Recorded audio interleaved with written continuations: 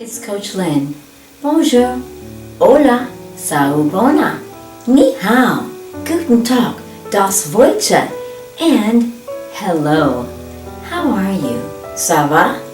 You see, this segment is about something that we don't talk about. Prejudice. Are you a bigot? What? That's right, that's what I said. Are you a bigot? I want you to take this little test and figure out for yourself. You can take it at home, you can take it and quiet in the cloak of secrecy and privacy if you like. But I want you to ask yourself these difficult questions and come up with some answers. If you want to, you can share it with me. Click on the link below and comment. Say whatever you like. Whatever you like. If it's disparaging, however, I will be deleting it. But let's all sit down and let's talk about something that I like to call cultural competence. Now, what does that mean? It means that you're very competent in your own culture. You know the ways, you know the slang terms, you know all the little, innuendo terms, you know everything that you should know about your culture. How much do you know about another person's culture? Are you culturally competent or are you a bigot? Now, when I say culture, I don't just mean black and white. I don't mean just races. I mean sexual orientations, religions, creeds, socioeconomic status, education level.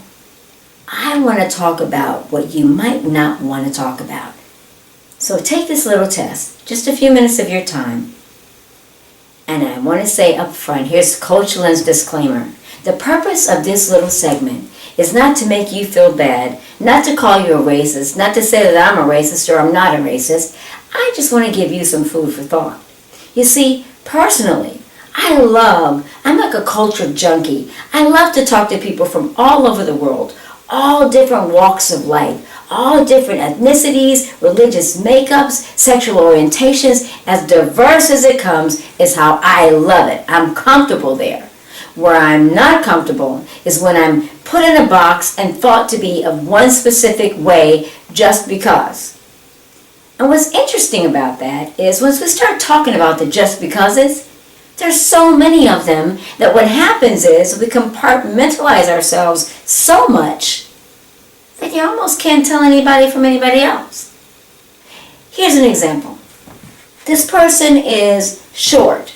This person is a little stout. This person is short, a little stout with a big educational background. This person is short and stout with a big educational background who only drives a luxury automobile. This person is short and stout with a... you see what I'm talking about? I can go on and on and on and on and compartmentalize this person that we're talking about to the point where there's maybe only two people in the circle or maybe only one. So the more we compartmentalize ourselves, the more segregated in all instances we become. My question to you is, what's the benefit of that? Okay, some of you are already pissed off and say, what do you mean what's the benefit of that? The benefit of that is you feel good about your own culture, or your own kind, or your own whatever. And that's great. And that's fine. And we should all feel really great about ourselves in all instances, whatever we are. But how helpful is it to all of us if we compartmentalize ourselves into such an instance that we don't fit anywhere?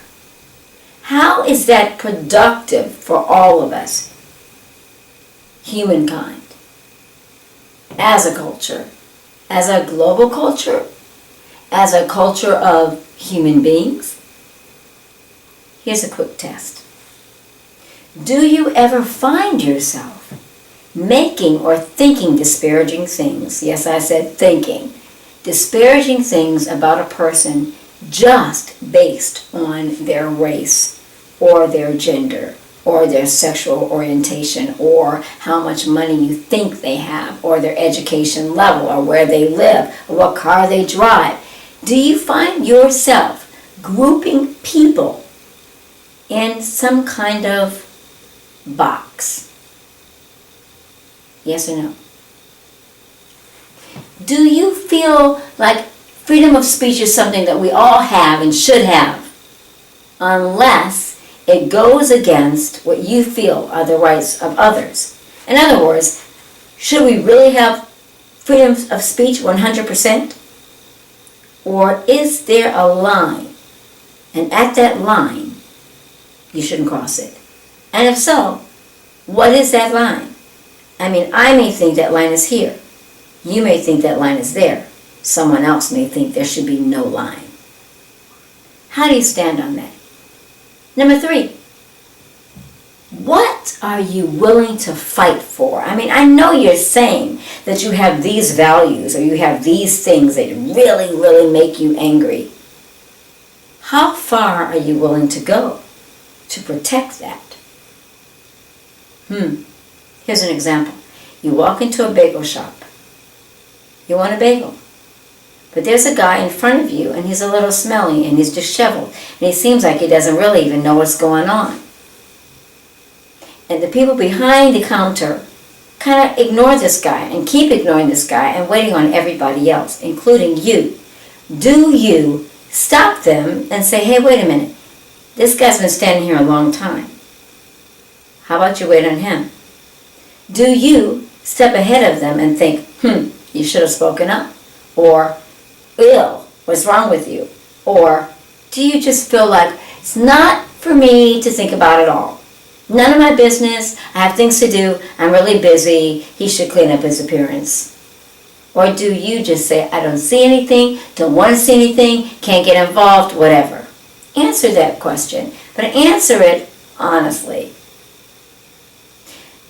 Number 5, when you feel the best about yourself, are you in mixed company or are you in only a specific group?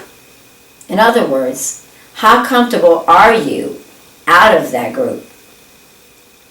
Number 6, when you see a couple, and this couple is of mixed races,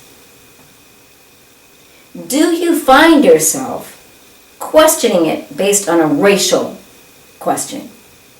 Do you support it just based on a racial question? Do you not see race at all? Or do you think, good for them, they're in love? My very last question.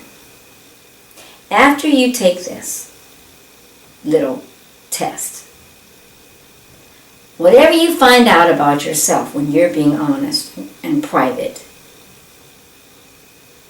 what are you willing to do about it?